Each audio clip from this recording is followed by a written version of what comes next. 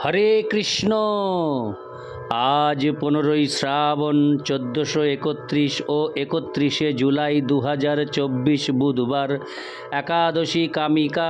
এই একাদশী কামিকার দিনে আমি শ্রীমদ্ ভাগবতম পাঠ করছি। আজ আমি পাঠ করছি শ্রীমদ্ ভাগবতমের তৃতীয় স্কন্দ পঞ্চম অধ্যায় বিদুর মৈত্রেয় সংবাদের শ্লোক 1 থেকে 4। नारायण हे नारायण भवभय हरणं नारायण।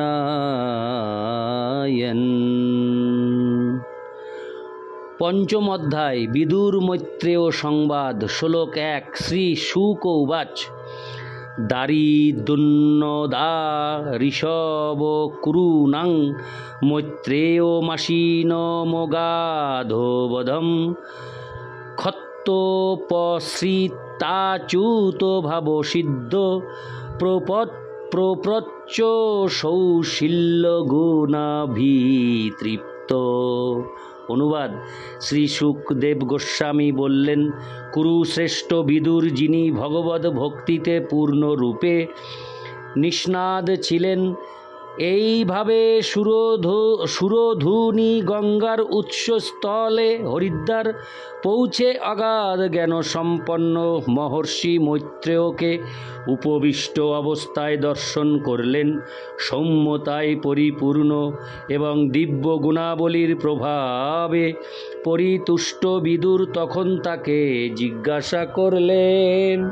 তাৎপর্য: অচ্যুত ভগবানের প্রতি অনন্য ভক্তির প্রভাবে বিদুর ইতিমধ্যেই সিদ্ধ অবস্থা প্রাপ্ত হয়েছিলেন।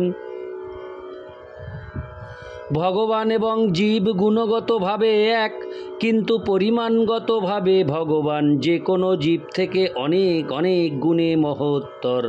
তিনি চিরকাল অচ্যুত, কিন্তু জীব মায়ার প্রভাবে অধঃপতিত হওয়ার প্রবণতা সম্পন্ন। বিদুর অচ্যুত ভাব প্রাপ্ত হওয়ার প্রভাবে অথবা যথাযথভাবে ভগবদ ভক্তিতে মগ্ন হওয়ার ফলে ইতিমধ্যেই সাধারণ বদ্ধ জীবের পতনোন্মুখ প্রবৃত্তি অতিক্রম করেছিলেন। জীবনের এই স্তরকে বলা হয় অচ্যুত ভাব সিদ্ধ বা ভগবদ ভক্তির প্রভাবে সিদ্ধি লাভ। তাই ভগবানের প্রেমময়ী সেবায় মগ্ন যে কোনো ব্যক্তি একজন মুক্ত আত্মা এবং সমস্ত প্রশংসনীয় গুণে ভূষিত। হরিদ্বারের গঙ্গা তীরে এক নির্জন স্থানে বিদগ্ধ মৈত্রেয় ঋষি উপবিষ্ট ছিলেন, আর সমস্ত দিব্য গুণাবলীতে ভূষিত ভগবানের শুদ্ধ ভক্ত বিদুর তখন তার কাছে প্রশ্ন করার জন্য তার সমীপবর্তী হয়েছিলেন। ইতি শ্লোক 1। শ্লোক 2। বিদুর উবাচ সুখায় কর্মাণি করতি লোকো ন তৈ সুখং বান্যদু পারমং বা বিন্দেত ভূয়স্তত এব দুঃখং যদত্র যুক্তং ভগবান বদেন্ন। অনুবাদ। বিদুর বললেন, হে মহর্ষি, এই জগতে সকলেই জড় সুখ ভোগের জন্য সকাম কর্মে লিপ্ত হয়, কিন্তু তার ফলে তাদের জড় সুখও লাভ হয় না অথবা দুঃখেরও নিবৃত্তি হয় না। পক্ষান্তরে তাদের অধিক থেকে অধিকতর দুঃখই লাভ হয়। তাই আপনি দয়া করে আমাদের বলুন, প্রকৃত সুখ লাভের জন্য কিভাবে আমাদের জীবনযাপন করা কর্তব্য। তাৎপর্য: বিদুর মৈত্রকে কয়েকটি সাধারণ প্রশ্ন করেছিলেন, যেগুলি তার প্রকৃত উদ্দেশ্য ছিল না। উদ্ভব বিদুরকে বলেছিলেন মৈত্র ঋষির কাছে গিয়ে ভগবানের নাম, যশ, গুণ, রূপ, লীলা, পরিকর ইত্যাদি সম্বন্ধে প্রশ্ন করতে, এবং তাই মৈত্রেয়ের কাছে গিয়ে বিদুরের সেই প্রশ্নগুলি করা উচিত ছিল। কিন্তু তার স্বাভাবিক নম্রতার বশে তিনি প্রথমেই ভগবানের সম্বন্ধে জিজ্ঞাসা না করে সাধারণ মানুষের পক্ষে অত্যন্ত গুরুত্বপূর্ণ যে বিষয় সেই সম্বন্ধে প্রশ্ন করেছিলেন। সাধারণ মানুষের পক্ষে ভগবানকে জানা সম্ভব নয়, তাকে প্রথমে মায়ার প্রভাবে আচ্ছন্ন তার প্রকৃত অবস্থা সম্বন্ধে অবগত হতে হবে। মায়ার প্রভাবে মানুষ মনে করে যে সকাম কর্মের মাধ্যমে সে সুখী হতে পারবে, কিন্তু প্রকৃতপক্ষে তার ফলে মানুষ কর্মের বন্ধনে অধিক থেকে অধিকতরভাবে জড়িয়ে পড়ে এবং জীবনের সেই সমস্যার কোনো সমাধান সে খুঁজে পায় না। এই সম্পর্কে একটি সুন্দর গান রয়েছে। সুখের লাগিয়া এ ঘর বাঁধিনু, অনলে পুড়িয়া গেল। প্রকৃতির নিয়ম এমনই, সকলেই জড়জাগতিক পরিকল্পনার মাধ্যমে সুখী হতে চায়, কিন্তু প্রকৃতির নিয়ম এতই নিষ্ঠুর যে তার সেই সমস্ত পরিকল্পনায় সে আগুন লাগিয়ে দেয়। সকাম কর্মীরা তাদের পরিকল্পনার মাধ্যমে সুখী হতে পারে না এবং তাদের নিরন্তর সুখভোগের আকাঙ্ক্ষা কখনো পরিতৃপ্ত হয় না। ইতি শ্লোক 2। শ্লোক 3। জনস্য কৃষ্ণাদি মুখস্য দৈবাদ ধর্মশীলস্য সুদুঃখিতস্য অনুগ্রহায়েহ চরন্তি নূনং ভূতানি ভবানি জনার্দনস্য।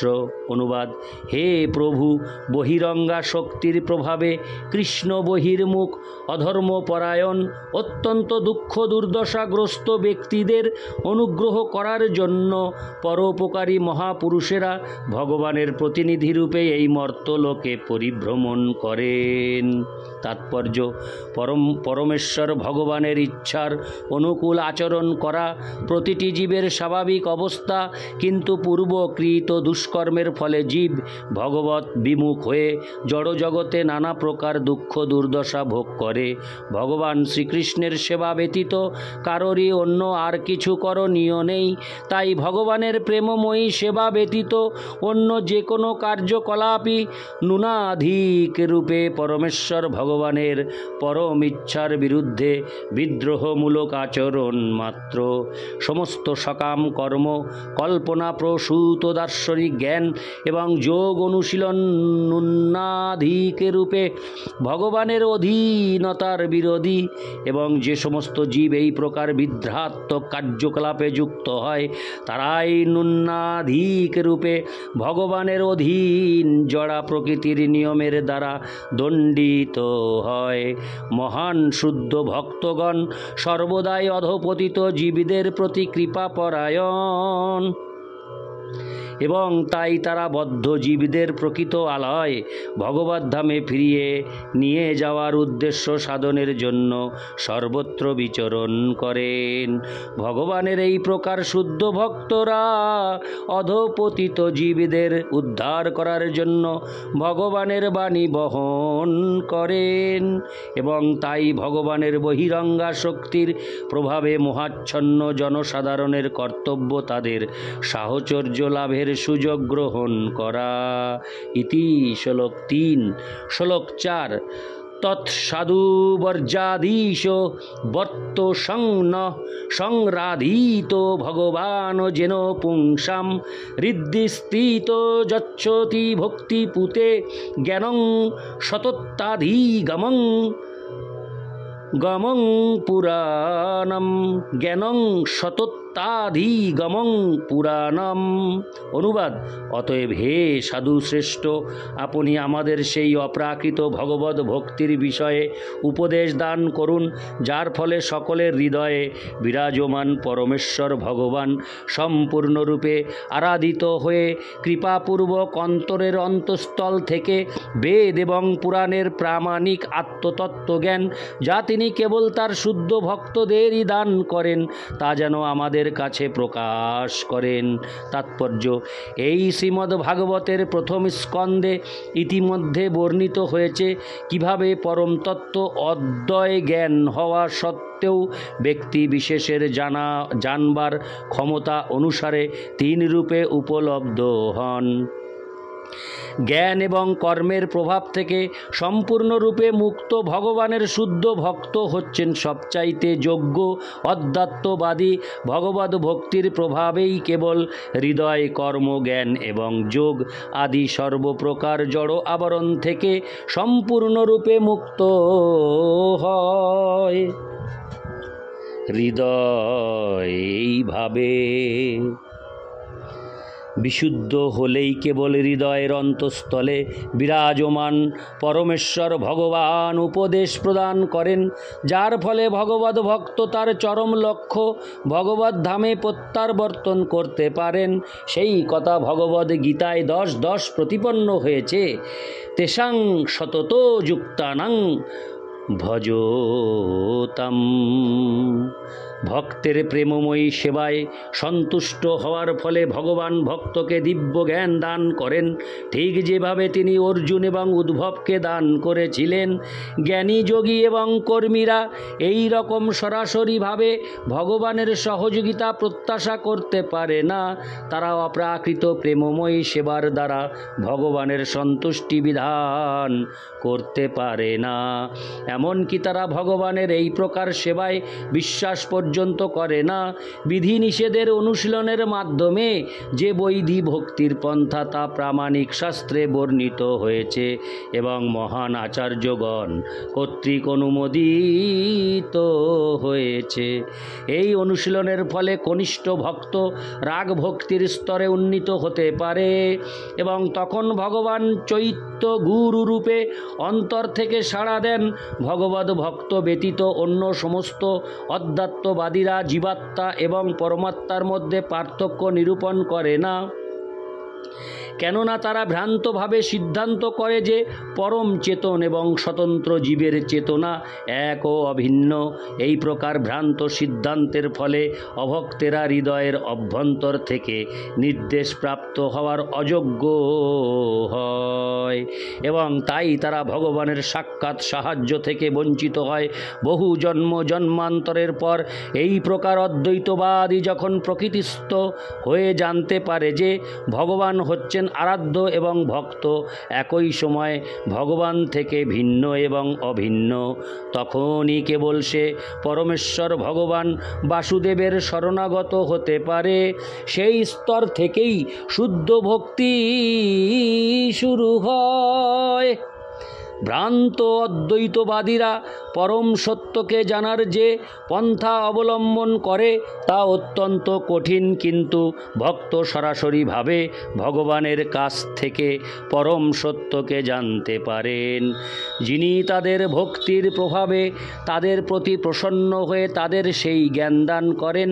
নবীন ভক্তদের পক্ষ অবলম্বন করে বিদুর সর্বপ্রথমে মৈত্রেয় ঋষির কাছে ভগবদ ভক্তির পন্থা সম্বন্ধে প্রশ্ন করেছিলেন, যার প্রভাবে হৃদয়ের অভ্যন্তরে বিরাজমান পরমেশ্বর ভগবান প্রসন্ন হন।